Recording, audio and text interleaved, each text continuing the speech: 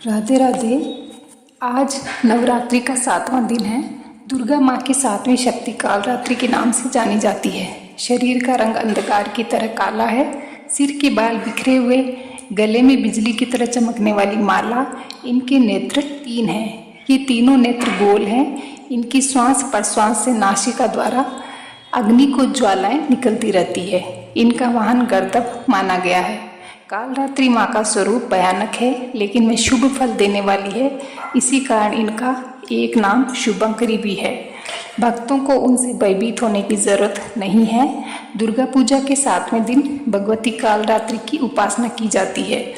इस दिन साधक का मन सहस्रार चक्र में स्थित रहता है। उसके लिए ब्रह्मांड की समस्त सिद्धियां का द्वार खुलने लगता है। इस चक्र में स्थित साधक का मन पूर्णतः माँ कालरात्रि के स्वरूप में अवस्थित रहता है। भक्त के समस्त विघ्नों का नाश और उसे अक्षय पुष्प देने वाली यही माँ कालरात्रि है। माँ कालरात्रि दानव, दैत्य, राक्षस, भूत, प्रेत आदि को भगाने वाली है। कालरात्रि ग्रह बाधाओं को दूर करने वाली है। इसके साधक को अनजाना भय, रात्रि भय आदि से मुक्ति मिली रहती है। ऋषि बोले, देवी द्वारा वहां पर दैत्यपति शुंभ के मारे जाने पर इंद्र आदि देवता अग्नि को आगे करके उन कात्यायनी देवी की स्तुति करने लगे। उस समय उनके मुख कमल अभिष्ट मनोरथ की प्राप्ति होने से दमक उठे और उनके प्रकाश से दिशाएं भी जगमगा उठी। देवता बोले, हे शरणागतों के संकट निवारिणी देवी, हम पर प्रसन्न होइए। हे सारे जगत की माता, प्रसन्न होइए। हे विश्वेश्वरी, विश्व की रक्षा कीजिए। हे देवी, आप ही चर अचर की स्वामिनी हो। आप ही जगत का एकमात्र आधार होकर पृथ्वी रूप में विराज रही हो। हे देवी, आपका पराक्रम अलंघनीय है। आप ही जल रूप में स्थित होकर इस सारे विश्व को तृप्त करती हो। अनंत पराक्रम वाली वैष्णवी शक्ति आप ही हो। अखिल विश्व की परम बीज माया भी आप ही हो। हे देवी, आपने इस संपूर्ण जगत को मोहित किया हुआ है। आप ही प्रसन्न होकर इस पृथ्वी पर मोक्ष लाभ कराती हैं। हे देवी, संपूर्ण विद्याएं आपका ही भिन्न भिन्न रूप है। जगत में जितनी स्त्रियां हैं वे सब आपकी ही मूर्तियां हैं। जगदम्बे, एकमात्र आपने ही इस जगत को व्याप्त किया हुआ है। आपकी स्तुति क्या हो सकती है। आप तो स्तवन करने योग्य पदार्थों से परे एवं परावाणी हो, जबकि आप सबकी आधार एवं स्वर्ग मुक्ति देने वाली हो। इसी से आपकी स्तुति हो गई। आपकी स्तुति के लिए इससे अच्छी अन्य कौन सी उक्तियां हो सकती है। समस्त जनों से हृदय में बुद्धि रूप से विराजमान रहने वाली तथा स्वर्ग एवं मोक्ष प्रदान करने वाली नारायणी देवी, आपको नमस्कार है। कला काष्ठादि के रूप में अवस्थाओं को क्रम से बदल देने वाली विश्व के संहार शक्ति रूपा है नारायणी देवी, आपको नमस्कार है। हे देवी, आप सभी प्रकार के मंगलों को देने वाली मंगलमयी हो। सभी पुरुषार्थों को सिद्ध करने वाली शिवा हो। शरणागत की रक्षक, 3 नेत्रों वाली एवं गौरी हो, आपको नमस्कार है। आप ही सृष्टि, पालन और संहार करने वाली सनातनी शक्ति स्वरूपा हो। आप गुणमयी एवं गुणों का आधार हो। नारायणी, आपको नमस्कार है। शरण में आए दीन दुखियों की रक्षा करने में संलग्न सबके संकट निवारण करने वाली नारायणी देवी, आपको नमस्कार है। हंसों से जुते हुए विमान पर विराजमान ब्रह्मा जी के रूप को धारण करने वाली, कुश मिश्रित जल छिड़कने वाली नारायणी देवी, आपको नमस्कार है। माहेश्वरी स्वरूप से त्रिशूल, चंद्रमा और सर्पों को धारण करने वाली, महावृषभ पर बैठने वाली नारायणी, आपको नमस्कार है। मोर तथा मुर्गों से आवृत महाशक्ति को धारण करने वाली, पाप रहित कुमारी रूप में स्थित है नारायणी, आपको नमस्कार है। शंख, चक्र, गदा और सारंग, धनुष, इन उत्तम अस्त्रों को धारण करने वाली वैष्णवी शक्ति रूपा, प्रसन्न हो हे नारायणी, आपको नमस्कार है। हाथ में भयंकर चक्र धारण किए, दाढ़ों पर पृथ्वी उठाए हुए वाराही रूप धारिणी कल्याणमयी नारायणी, आपको नमस्कार है। भयानक नरसिंह का रूप धारण करके दैत्यों का वध करने में उत्तमशील, त्रिभुवन की रक्षा में संलग्न रहने वाली नारायणी, आपको नमस्कार है।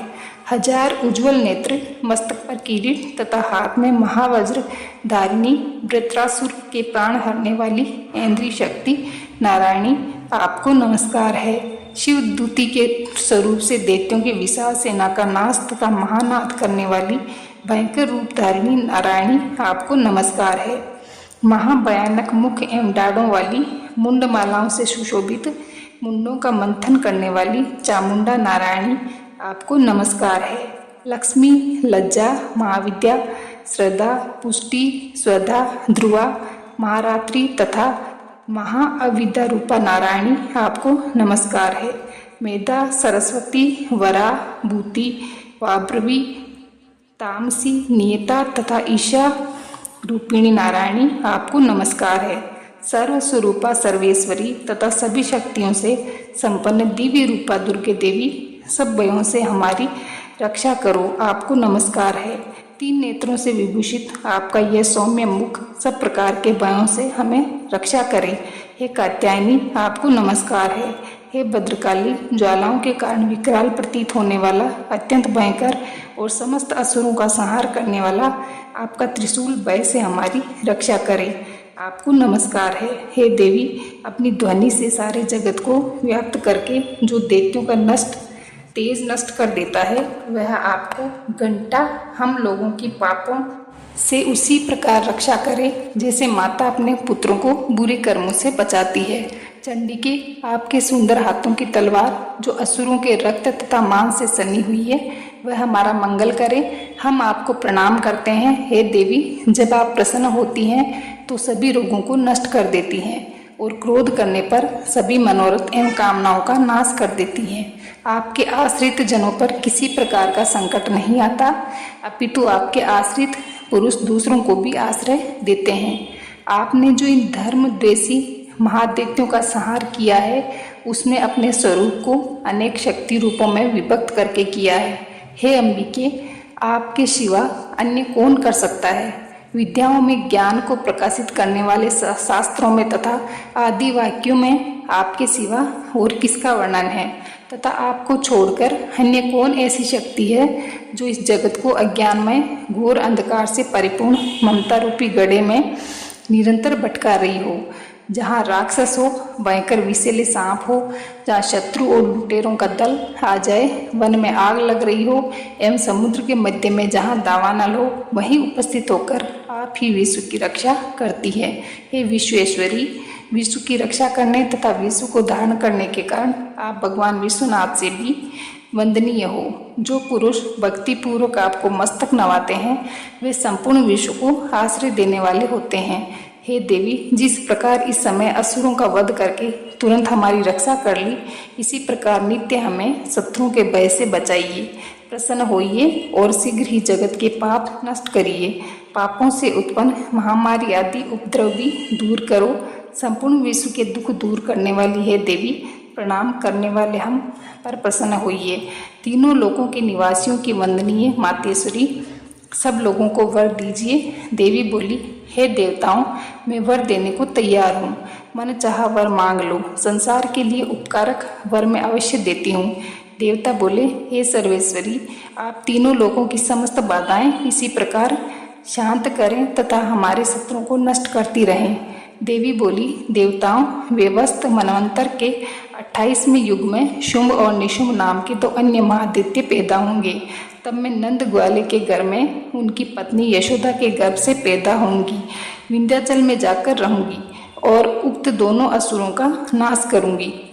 फिर अत्यंत भयंकर रूप से पृथ्वी पर अवतार ले बेप्रचित नाम वाले दानवों का वध करूंगी।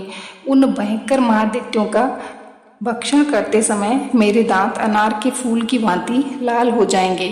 तब स्वर्ग में देवता और मर्त्य लोक में मनुष्य सदा मेरी स्तुति करते हुए मुझे रक्तदंतिका कहेंगे। फिर जब पृथ्वी पर 100 वर्षों के लिए वर्षा रुक जाएगी और पानी का अभाव हो जाएगा, उस समय मुनियों द्वारा स्तुति किए जाने पर मैं पृथ्वी पर अयोनिजा रूप में प्रकट होंगी और 100 नेत्रों से मुनियों की ओर देखूंगी। अतः मनुष्य शताक्षी इस नाम से मेरा कीर्तन करेंगे। हे देवतागण, उस समय मैं अपने शरीर से उत्पन्न हुए शाकों द्वारा जब तक वर्षा नहीं होगी, तब तक समस्त संसार का भरण पोषण करूंगी। ऐसा करने के कारण पृथ्वी पर शाकंभरी नाम से मेरी प्रसिद्धि होगी। उसी अवतार में मैं दुर्गम नामक महादैत्य का वध करूंगी। इससे मेरा नाम दुर्गा देवी के रूप में विख्यात होगा। फिर जब मैं भयानक रूप धारण करके हिमाचल पर रहने वाले राक्षसों का मुनियों की रक्षा के लिए भक्षण करूंगी, उस समय सभी मुनि भक्ति भाव से नम्र होकर मेरी स्तुति करेंगे। तब मेरा नाम भीमा देवी विख्यात होगा। फिर जब अरुण नामक दैत्य तीनों लोकों में भय एवं बाधाएं उपस्थित करेगा, तब मैं त्रिलोकी की रक्षा के लिए असंख्य ब्रह्मों का रूप धारण कर उस महाअसुर का वध करूंगी। उस समय सब लोग भ्रामरी के नाम से मेरी स्तुति करेंगे। इसी प्रकार जब जब लोकों में दैत्यों द्वारा बाधाएं उपस्थित होगी, तब तब मैं अवतार लेकर शत्रुओं का संहार करूंगी। देवी बोली, देवताओं, जो पुरुष एकाग्रचित होकर इन स्तोत्रों से मेरी स्तुति करेगा, उसकी सभी बाधाएं मैं निश्चय ही दूर कर दूंगी। और जो मधुकेटभ का नाश, महिषासुर का वध तथा शुंभ निशुंभ के संहार आदि प्रसंगों का पाठ करेंगे तथा अष्टमी, चतुर्दशी और नवमी को एकाग्र मन से भक्ति पूर्वक मेरे इन उत्तम चरित्रों का महात्म्य सुनेंगे, उन्हें किसी प्रकार का अनिष्ट छू नहीं सकेगा और न पापों से उत्पन्न आपत्तियां उन्हें दुखित कर सकेगी, न दरिद्रता प्राप्त होगी, न प्रियजनों के वियोग का दुख ही सहना पड़ेगा।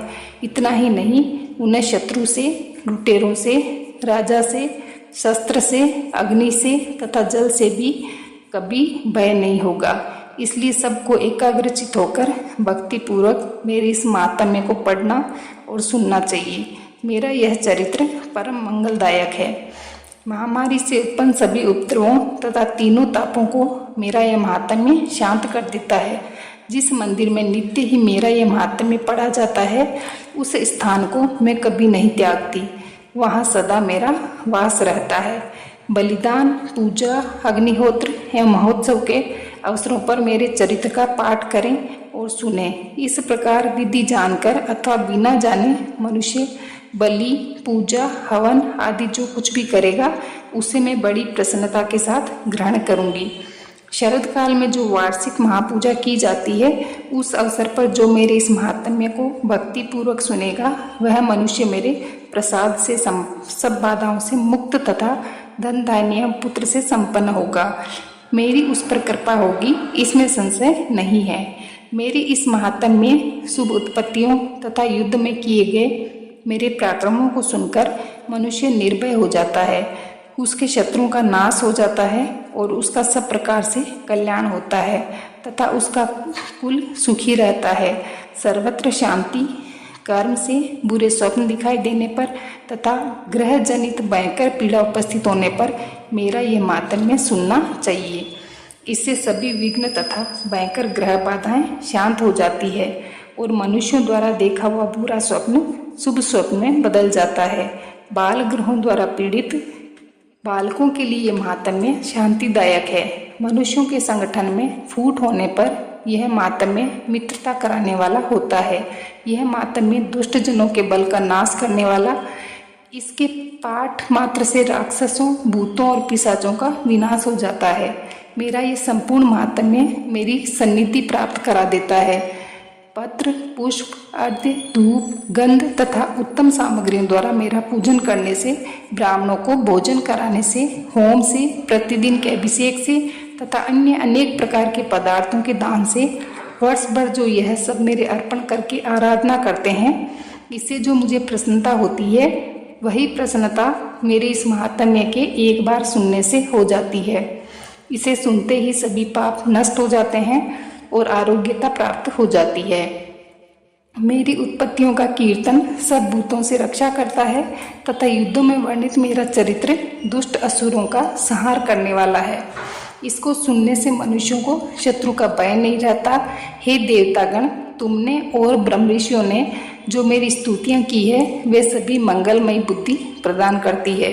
वन में, सूने मार्ग में अथवा दावानल से गिर जाने पर, निर्जन स्थान में लुटेरों से गिरने पर, शत्रुओं द्वारा पकड़े जाने अथवा वन में सिंह, बाघ या जंगली हाथियों के पीछा करने पर, क्रोधित राजा के आदेश से वध या बंधन स्थान में ले जाने अथवा महासागर में नाव पर बैठने के बाद तूफान से नाव डगमगाने पर, भीषण युद्ध में शस्त्रों का प्रहार अथवा वेदनाग्रस्त होने तथा अनेक बाधाएं आने पर जो मेरे इस चरित्र का स्मरण करता है वह संकट से मुक्त हो जाता है। मेरे प्रभाव से सिंह आदि हिंसक जंतु, लुटेरे तथा शत्रु भी मेरे चरित्र का स्मरण करने वाले पुरुष से दूर भागते हैं। ऋषि बोले, इस प्रकार कहकर प्रचंड पराक्रम वाली भगवती चंडिका सब देवताओं के देखते ही देखते अंतर्ध्यान हो गई। फिर सभी देवता शत्रुओं के मारे जाने से निर्भय होकर पूर्व की भांति यज्ञ भाग का उपभोग करते हुए अपने अपने अधिकार का पालन करने लगे। संसार का संहार करने वाले महाभयंकर अतुल पराक्रमी नीच देव शत्रु शुंभ तथा महाबली निशुंभ के युद्ध में देवी द्वारा मारे जाने पर शेष दैत्य पाताल लोक में चले गए। हे राजन, इस प्रकार भगवती अंबिका नित्य स्वरूपा देवी बार बार प्रकट होकर जगत की रक्षा किया करती है। वे ही इस विश्व को मोहित करती है, वे ही जगत को पैदा करती है तथा वे ही प्रार्थना किए जाने पर संतुष्ट हो विज्ञान एवं समृद्धि प्रदान करती है। हे राजन, महाप्रलय काल में महामारी स्वरूप से यही देवी संपूर्ण ब्रह्मांड में व्याप्त हो जाती है। वे ही समय समय पर महामारी होती और वे ही अजन्मा होती हुई भी स्वयं सृष्टि के रूप में प्रकट होती है। वे सनातनी देवी ही समयानुसार प्राणियों की स्थिति किया करती है। मनुष्यों के अभ्युदय के समय वे ही देवी घर में लक्ष्मी के रूप में स्थित हो उन्नति प्रदान करती है और वे ही अभाव के समय विनाश के लिए अलक्ष्मी बन विनाश का कारण होती है। पुष्प, धूप, गंध आदि सामग्रियों से पूजन तथा स्तुति करने पर यही देवी धन, पुत्र, धर्म में रुचि तथा शुभ गति आदि प्रदान करती है। जय हो कालरात्रि।